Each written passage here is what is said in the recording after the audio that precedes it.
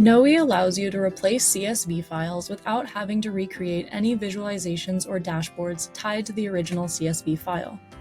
So I've uploaded a CSV file called New York Restaurants, and I've created a whole dashboard tied to this CSV file.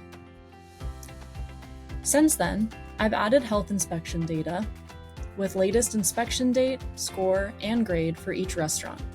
Instead of uploading the new CSV file and either recreating my widgets or reassigning my widgets to a new dataset, I can simply replace my original CSV file with the new one, and the widgets will be automatically reassigned.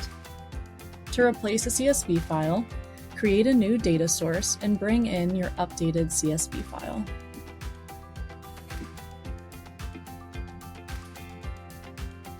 Confirm your data types, and then go into Advanced Options. Here, you can specify which CSV you'd like to replace. Once you press Save, you're good to go with the updated CSV file.